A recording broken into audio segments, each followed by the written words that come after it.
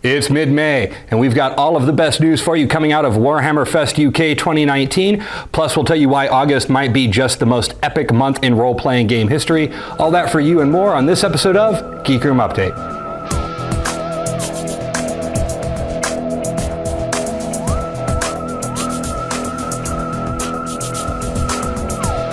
Hello, Internet. I'm Jason, and I'm the owner here at the Geek Room Hobbies and Games. Thank you for joining us again on this episode of Geek Room Update. This time we're going to have a bunch of news for you coming out of the recent WarhammerFest UK 2019 con over in England, including an amazing announcement about an entire new range of paint from Citadel. We'll also tell you about not one, but two huge new additions for big name role-playing games coming out this August. And we will wrap things up by telling you about an amazing new title bestowed upon one of the biggest games in history thanks to science. But before we start, I did want to mention that, as you know, summer is almost here, and the traditional start of summer is Memorial Day weekend. I wanted to let everyone know that we will be closed on Monday, May 27th in honor of Memorial Day. Our regular store hours will resume on Tuesday, May 28th, and that also happens to be the next episode of Geek Room Update's premiere date. But with that little announcement out of the way, let's move on to the game news. Starting things off with War Games, this past weekend we had a ton of news come out of Warhammer's official convention and one of the biggest Warhammer conventions in the world, WarhammerFest UK 2019, which happened at Ricoh Arena in Coventry, England. To give you an idea of just how big this convention is, other upcoming events at the same venue include a Bon Jovi concert, the Spice Girls reunion, and of all things, a monster truck rally. And that last one really throws all my preconceived notions of British culture in a tizzy. Now, being GW's home turf and their main convention, there were more announcements that I could ever possibly cover in any single episode, at least and not make it a couple of hours long. So we're just going to cover a few of the really big ones for you. There is a link in the description below to the live blog from WarhammerFest on the Warhammer community site, where you can see literally everything that was announced, including all of the games that I'm going to mention, the ones I didn't, the winners of the Golden Demon Award, and more. Of course, one of the biggest announcements was the full reveal of the latest edition of the Warhammer 40k expansion, Apocalypse. The last edition for Apocalypse came out in 2013, and this newest release will bring Apocalypse up to the 8th edition with the rest of Warhammer 40k. Apocalypse is a system of altered and new rules for Warhammer 40k that allows you to play full-scale battles that would ordinarily be unwieldy or unworkable with the existing rule set. The Apocalypse box set comes with a 120-page rulebook detailing all of the new and changed rules to allow you to play large-scale battles, as well as tokens and 300 asset cards to allow you to manage the battlefield action. Faction-specific rules for the new expansion will be available online when Apocalypse drops, and there will be individual packs of faction data cards for use with Apocalypse available as well. And if you're going to play huge battles, then you need some new armor to add to your army. GW showed off the new upgraded Space Marine Primaris Repulsor Executioner hover tank. AdMech players finally get their own dedicated transport with the Scorpius Dune Rider, a hovercraft that is obviously inspired by World War II era amphibious landing crafts. The same kit can also be built as the Scorpius Disintegrator tank. But wait, there's more. Chaos Knights are on the way as well, including a new Chaos Knights Codex. We will of course have more information on all of these new models when GW actually announces their release. Shifting our attention to the mortal realms, a few weeks ago, GW released the final two warbands for Night Vault, signaling the close of the second season of the popular Warhammer Underworlds board game skirmish game hybrid. Now, GW did not actually announce the third season at WarhammerFest, but they certainly did tease it with a blacked out logo, as well as one single lion miniature from an as yet unspecified upcoming warband. Again, we don't have a whole lot of information about this other than GW did confirm that the game is extraordinarily popular and a Season 3 is on its way very soon. Given the naming conventions for the first two seasons, I imagine it'll probably be something like Shadowgate or Dusk Plaza or Gloomhaven. No wait, that one's taken. One last big announcement out of WarhammerFest 2019. If you have ever gone down the rabbit hole watching YouTube painting tutorials on channels like Tabletop Minions, Happy Little Minis, or even GW's own Warhammer TV, then the one thing you've probably had drilled into your head over the years is to thin your paints. Well, GW is about to change all of that with the announcement of their new line of contrast paints. They claim that now one thick coat is all you will need. Again, this announcement is a little light on specifics, but here's how it seems to work. GW is going to be introducing a new line of contrast primer that you will spray on your miniatures. Once dry, you can then apply a single thick coat of one of the 24 new colors of contrast paint. When that dries, the end result is a miniature that is base coated, highlighted, and shadowed all in one step with one coat of paint. Once that's dry, you can then finish your miniatures by painting all of the details in the way you've been painting them all the time before, either with edge highlighting, zenithal highlighting, or dry brushing. In what has to be one of the silliest product launch videos GW has ever produced, a Citadel Color scientist explains that the secret is actually viscosity. So essentially, these paints that, as I said, will come in 24 different colors, work similarly to the quick shade dips that are already available from Army Painter. They are thick enough to even out on their own while drying, pooling in the recessed areas like a wash to create the shadows, while still being transparent enough to tint the primer for the highlights.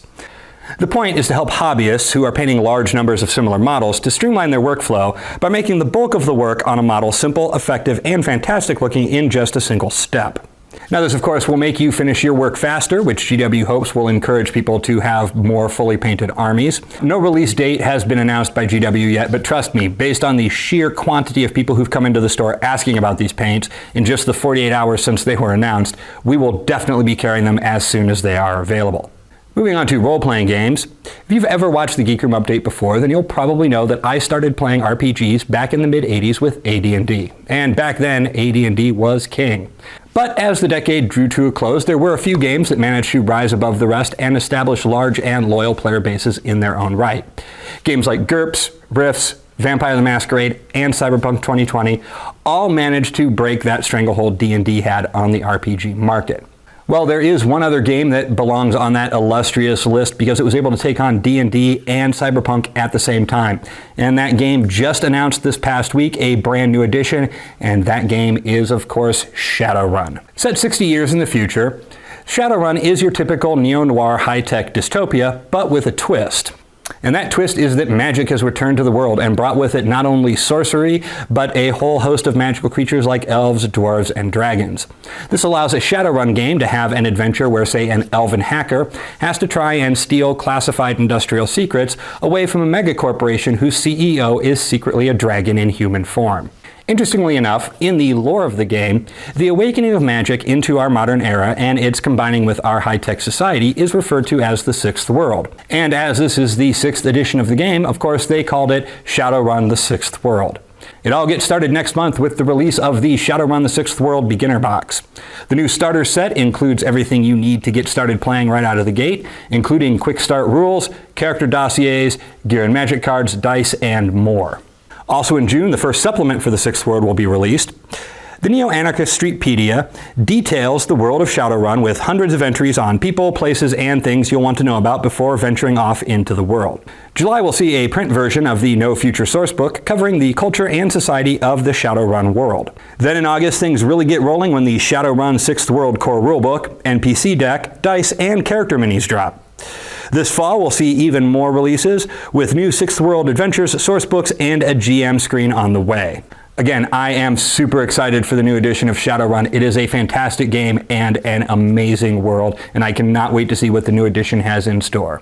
Again, all of the fun kicks off next month with the release of the Shadowrun the Sixth World Beginner Box, and you can pre-order it or any of the other upcoming Sixth World products anytime here at the store. Now, games like Shadowrun and Cyberpunk, along with the others, managed to make their mark and stand apart from D&D by having not only their own fantastic worlds, but their own revolutionary rule sets as well. But there is one more game that belongs on that list, and in a true hold my beer moment, it's a game that not only took on D&D using a similar genre, but D&D's own D20 rule set. And that game, of course, is Pathfinder. And Pathfinder 2nd Edition is doing its part to make August the most epic month in RPG history by dropping the entire initial wave of books and accessories for the new version all on August 1st. And I mean, they are dropping everything. August 1st sees the release of both the regular hardcover and premium hardcover versions of the first two books. The first, obviously, is the second edition core rulebook, as well as what is presumably the first of many second edition bestiary books, covering 400 of the game's most popular monsters and creatures. As far as adventuring in second edition goes, you will get a standalone adventure as well as volume 1 in the first second edition adventure path. In the standalone adventure, The Fall of Plaguestone, a group of new heroes, traveling through the small community of Plaguestone, must come together to solve the murder of a friend, and soon discover forbidden alchemy, mutant animals, and a nearby forest rotting away due to a mysterious blight. In the first volume of the adventure path, Age of Ashes, you will find mysterious fires burning atop an abandoned Hell Knight citadel, and that is just the first of many discoveries waiting to be uncovered in this 6-part monthly Pathfinder campaign. It is a continent-spanning conflict against cultists, slavers, and a fiery draconic devastation that could unleash an Age of Ashes upon the world. But that's not all. We're also getting a hardcover sourcebook, The Lost Omens World Guide, as well as a GM screen, combat pad, character sheets, and condition cards. Now, if you've ever perused our role-playing game section here at the store, you'll probably have noticed that we're a little light on Pathfinder right now. And that was actually a conscious choice when we opened the store. See, we knew second edition was coming, and we didn't want to invest a bunch of money in first edition stuff that would be out of date in a year, so I am really excited that it is finally on its way. Again, everything announced for Pathfinder will release on August 1st, and you can pre-order any or all of it at the store anytime. Moving on to in-store events, this past Sunday was our first session of official Pokemon League play. It was a lot of fun, and the folks who came out certainly had a good time. Turnout was a little light, but granted it was, after all, Mother's Day, and I know for a fact that when I was a kid, the last thing my mom would have wanted to do on Mother's Day was to drive me to Dragon's Lair and sit around for a couple of hours while I played games. So it's understandable that turnout was a little light on the first day. Seriously though, I did want to thank everyone who did come out despite the fact that it was Mother's Day. I hope you guys had a great time, and we can't wait to see you again real soon.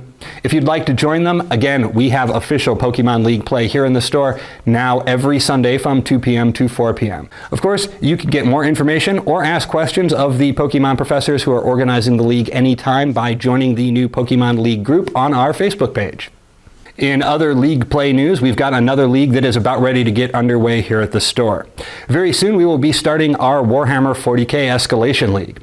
If you're unfamiliar with how an Escalation League works, essentially it's a 40k campaign in which you start off with a limited force at the beginning, and on each successive week or round you will get more and more points for your army to make the battles bigger and bigger. Later this week, we will be adding a new group to our Facebook page that covers both the new Escalation League as well as our existing Saturday Kill Team group. We will be posting the official league rules as well as the start date to that group in the very near future. Of course, you can stay up to date with all of our regularly scheduled and special events by visiting our event calendar at www.geekroomgames.com or by downloading the Game4 app, which is free for both Android and iOS mobile devices. There is a link in the description below to Game4 if you want to download it directly from their website. Finally, before we go, I wanted to talk a little bit about a news item that I saw last week that caught my eye. It caught my eye because there was a very unusual title that had been bestowed on what is perhaps one of the biggest games out there. In an 8-page scientific paper published by Cornell University, researchers Alex Churchill, Stella Biederman, and Austin Herrick have determined that Magic the Gathering is the most complicated game in all of human history. In other words, there are so many non-trivial decisions that players must make during a Magic game that a computer algorithm is not capable of figuring out what the perfect winning strategy is. Magic has over 19,000 cards that are usable, so the number of possible combination of cards in 2 tournament-legal standard format decks is frankly astronomical. According to the paper, this construction establishes that Magic the Gathering is the most computationally complex real-world game known in the literature.